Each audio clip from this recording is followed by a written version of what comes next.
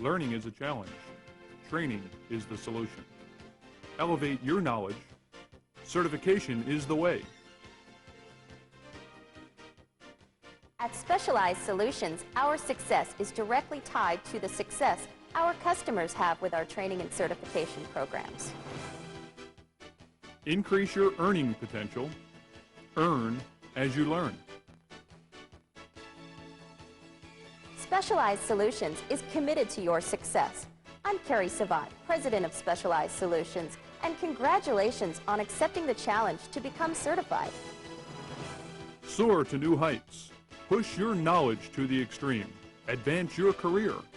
Knowledge is the way. Achieve your goals. Certification is the solution.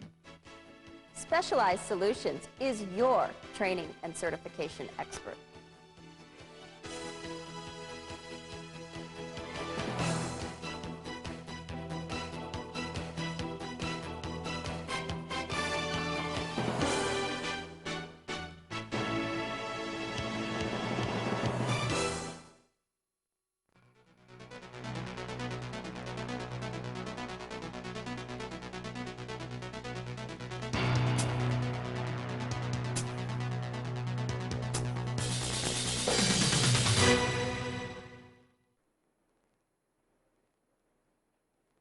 Hello, and welcome to Windows NT Workstation 4.0.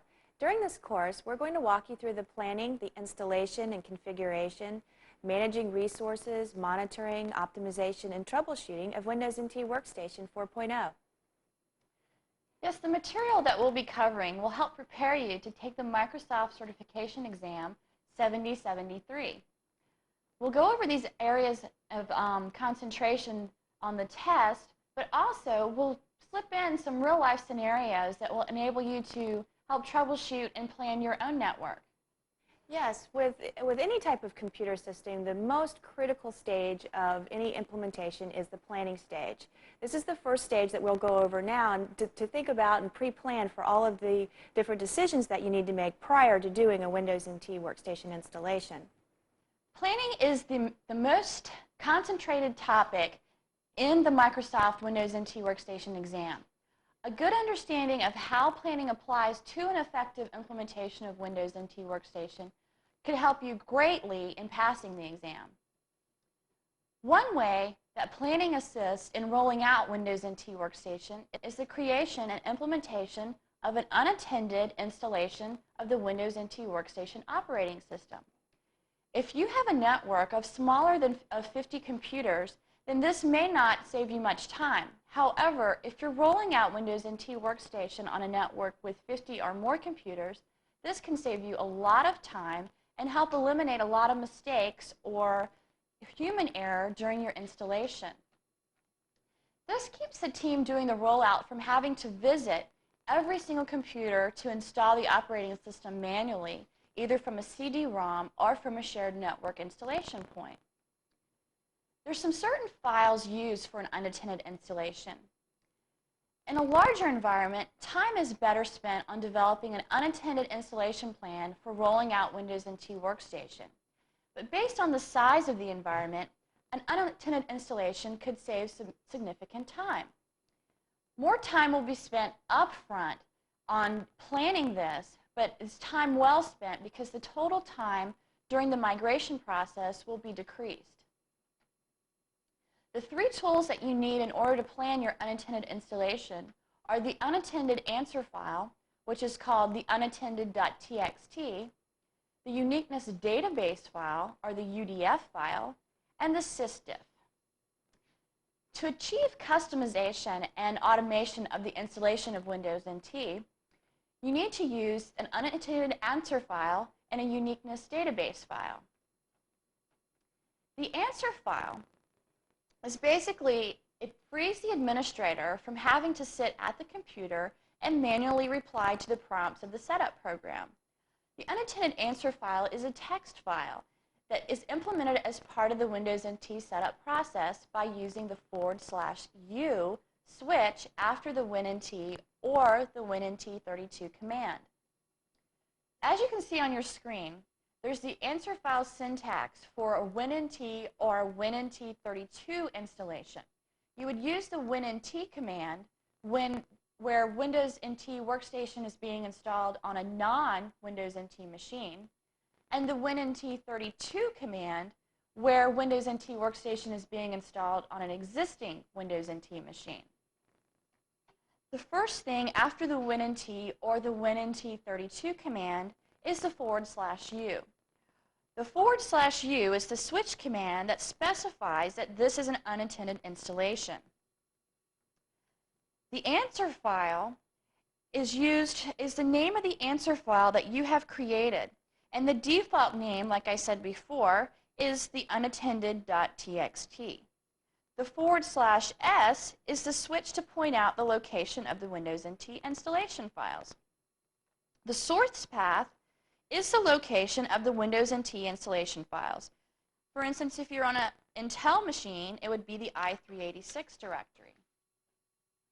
The purpose of the unattended answer file is to reply to the prompts that the end user or person doing the installation usually must manually respond to as part of the setup process. A single file can be used across a number of installations.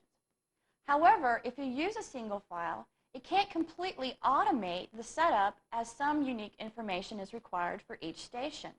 For example, the computer NetBIOS name. It has to be unique. If the same name is used, each workstation will have to be changed to a unique name manually. This can take up a lot of time. A UDF file, or a uniqueness database file, is one solution to this problem of providing a unique information in the unattended answer file text. A UDF file is a text file that enables you to supply the information that must be unique to each computer or user. The UDF file is used in conjunction with the answer files to provide complete unattended installations. The function of the UDF file is to merge or replace sections of the unattended answer file during the GUI, or the Graphical User Interface, portion of the Windows NT Workstation setup process. You use one unattended answer file for the information that applies to all installations, and one or more UDF files to specify the setting intended for a single computer or for a group of computers. It's possible to have one UDF file that contains settings for multiple computers or users within it. The sysdiff utility is used to install applications that do not support a scripted installation. This allows for an automated installation of applications as well as for the installation of the operating system. Sysdiff is used to create a snapshot file, then it creates a difference file, and then it applies the difference file. You can also use the sysdiff command to create an INF file, which dumps the contents of a difference file. To create an unattended answer file, it's just a text file that answers the prompts of the setup program. No one has to manually answer any questions. A sample unattended answer file, or unattended.txt, is included with your Windows NT Workstation CD. You can use this sample file as a template for creating an unattended installation file for your own use, or you can also use the Windows NT Setup Manager, which is a graphical application included within Windows NT Workstation on the Resource Kit CD. The information in the unattended.txt file is divided into main sections. The first section is the unattended. During this section, this is used during the text mode of the setup and can only be modified in the answer file. It tells the setup that this is an unattended setup, and it's used to specify settings such as whether this is an upgrade install or a completely new install. It tells you which file system to use and the path for the installation. The OEM boot file is the next section, and this section specifies the OEM boot files. It can only be specified in the answer file and not in the UDF file. The next section is identifying mass storage drivers, specifically SCSI drivers. If you have special SCSI drivers that you want to install, you use this section of your unattended.txt to do that. And this section is used during the text mode portion of the setup. If this section is missing, setup tries to detect the SCSI devices on your computer automatically, but you can only be specified in the answer file, and this section you can't specify in the UDF file either. The next section is the display driver section. This section contains a list of display drivers to be loaded by the text mode setup of this process. If this section is missing, setup tries to detect the display devices on the computer, but if it can't, then it just keeps going. Next, we have the keyboard drivers identification. And this section includes a list of keyboard drivers to be loaded by setup. And this can only be specified in the answer file and not in the UDF file. The pointing device driver section follows that one. It contains a list of pointing devices and drivers to be used during setup. It is run during the text mode portion of the setup and can only be specified in the answer file and not in the UDF file. Then we have the OEM_add section. And this is used to modify the default user interface of the setup program. It will modify the banner, background bitmap, and logo used during the GUI portion of the setup. And then you have your GUI unattended section, which specifies the settings for the GUI portion of the setup. It can be used to indicate the time zone and to hide the administrator password page. Then we have the user data section. This provides user-specific data such as the username, organization name, computer name, as well as product ID. Then we have our license file print data section of it. This is only invalid when installing Windows NT Server. So if you're installing Windows NT Workstation, you won't have to use this. But it enables you to specifically specify the licensing options you want to use for your Windows NT Server. Then we go into the networking section. This section is used to specify network settings such as adapters, services, and protocols. If this section is missing, networking will not be installed with your installation. It's used to specify the domain or workgroup to join, as well as to create a computer account on the domain. Then, if you are installing a modem, you want to put that in the modem section. It must be specified if you want to install modems by using RAS in the unattended mode. Then you have your display section. This is used to indicate specific display settings for the display adapter being installed. These settings must be correct and supported by the adapter. Then we go to detect mass storage devices. This section is used to specify which mass storage devices should be set up and which should be recognized even if they're not currently connected to the system during the installation. This can only be specified in the answer file and not in the UDF file. Those items that I just previously mentioned that can only be specified in the answer file and not in the UDF file must be the same for all the installations from that answer file. So if you have different hardware on your network, for instance, you have different keyboards or different mouse or pointing devices, then the installation will only do it for a single type of driver or mode. So you won't be able to use this, or you may have problems if you use the unattended answer file during those types of situations. You can also use the Setup Manager to create your unattended answer file. Setup Manager is a graphical application that comes on the Windows NT Workstation Resource Kit CD-ROM.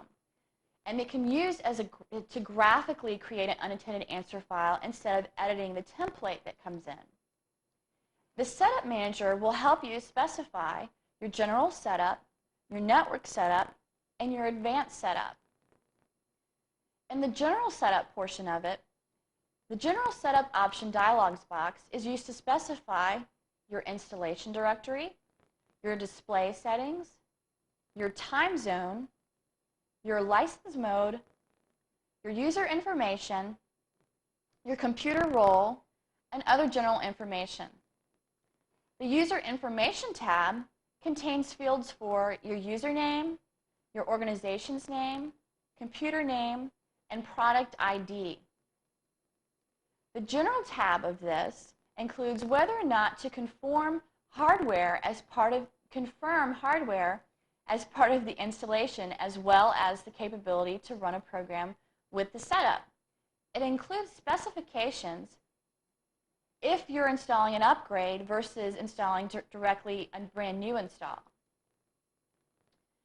The next section in the general setup is your computer role.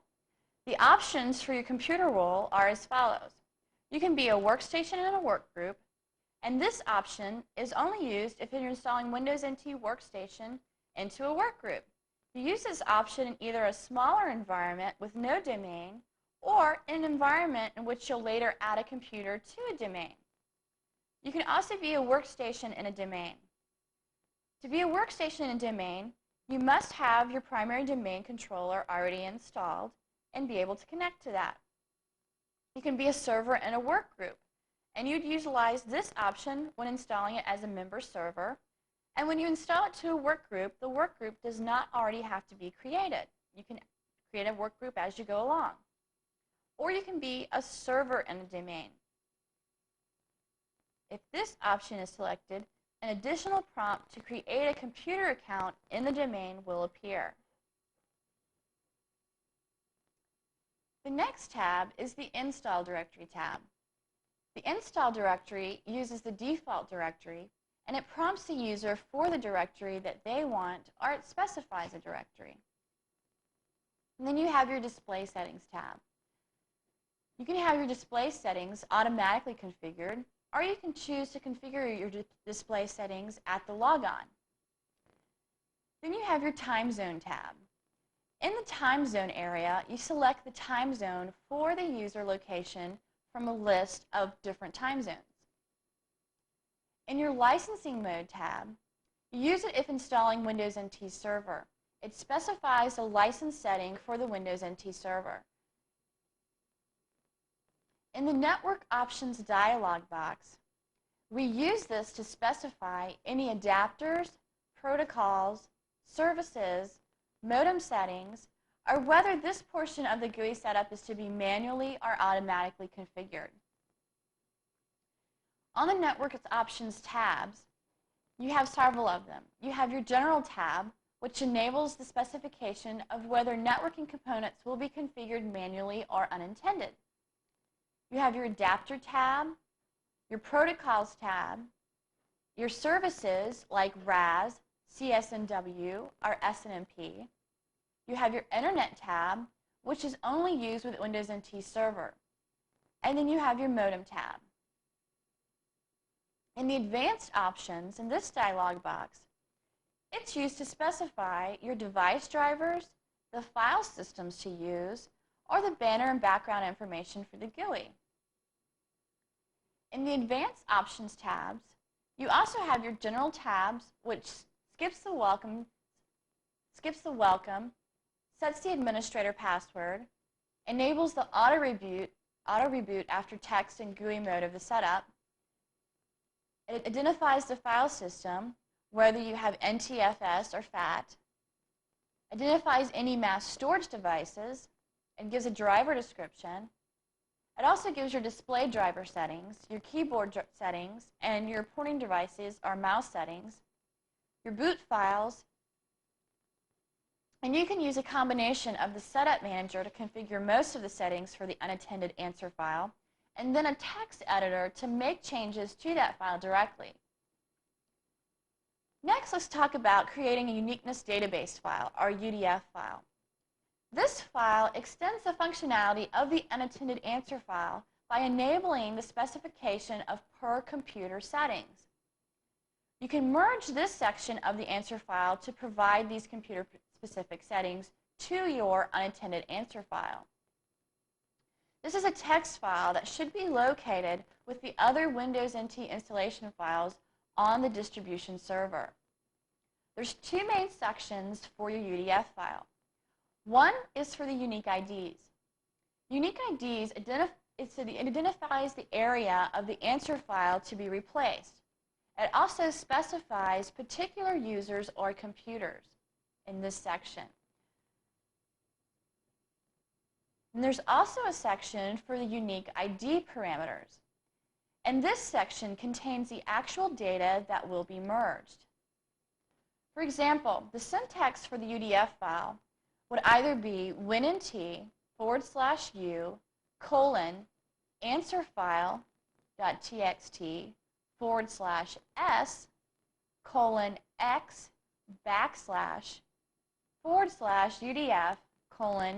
your user ID, then a comma, an X, a backslash, UDF.txt.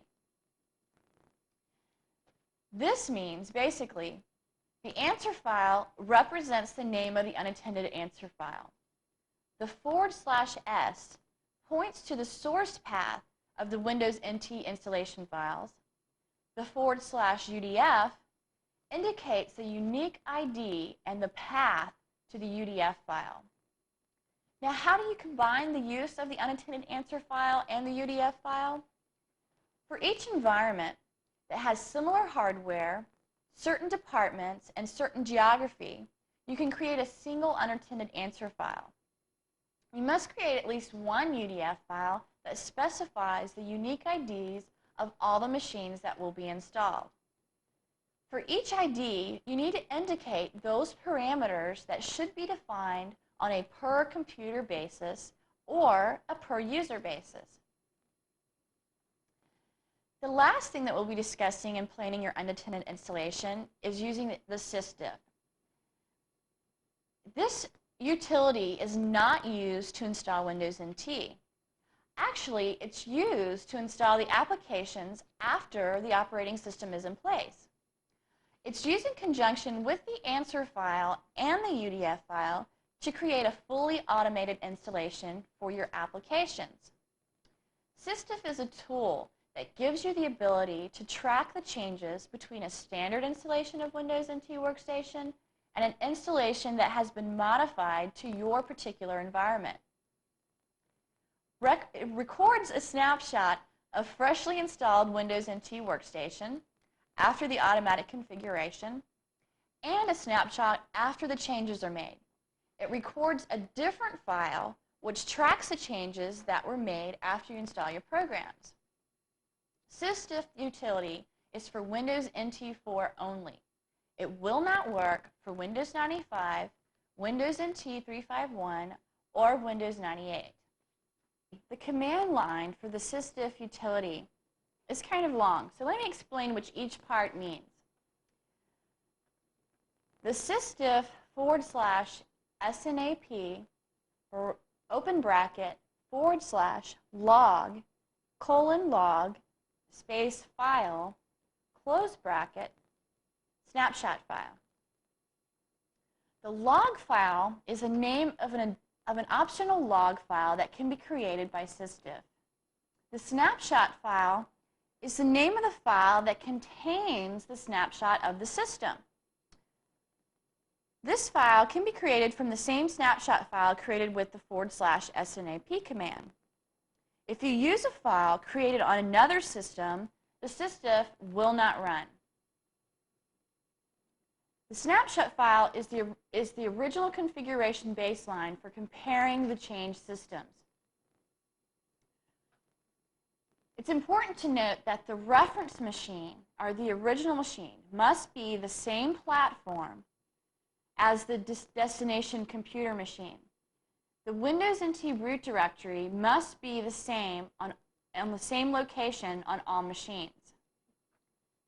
After you've created your snapshot file, you want to create the difference file.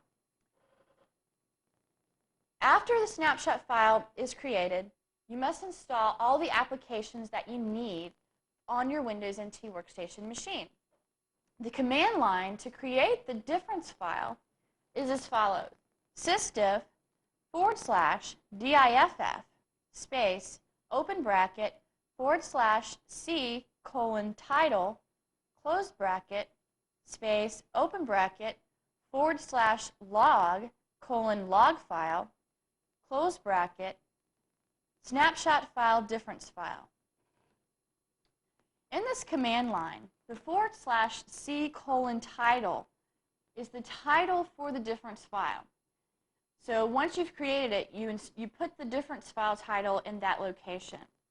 The log file is the name of an optional log file that can be created by your SysDiff utility. And of course, where the snapshot file is, you want to put the name of the file that contains the snapshot of the system, whatever you named it. And that must be created from the same snapshot file created with the /snap command, or it won't work. That's extremely important. The difference file, in that location, you must put the name of the file that contains the changes from where the snapshot was created to the current configuration of the system. When applying the difference file, the final step is to apply the difference file to the new installation. And in order to do that, you simply use the command sysdiff /apply /m open bracket log file close bracket and difference file. In this command, the /m, that command makes the changes made to the menu structure map to the default user profile structure rather than to the current logged on user. Otherwise, the changes would be to one account and not to the global account. In the log file area, you want to substitute that with the name of an optional log file that SysDiff uses to write information regarding the process. And the difference file is the file created by the /diff command. The Windows NT root must be the same on the destination machine as from the originating machine. And this /diff command can be run as part of the unattended installation or anytime after Windows NT Workstation is installed. Next, you might want to consider creating an INF file. An INF file created from the difference file contains only the registry and the initialization file directives. It is therefore significantly smaller than the difference file. And the command to create this INF file is sysdiff /inf /m open bracket /u close bracket sysdiff _ file OEM _ root. And in this command, the /m again makes the changes to the menu structure map to default profile structure rather than to the current logged on user. Also, if you did these changes only be made to an account and not globally, the /2 indicates INF generated as a code text file. The default is a text file or ANSI code page. Want to it should be the system _file or line in command the path file the OEM _ root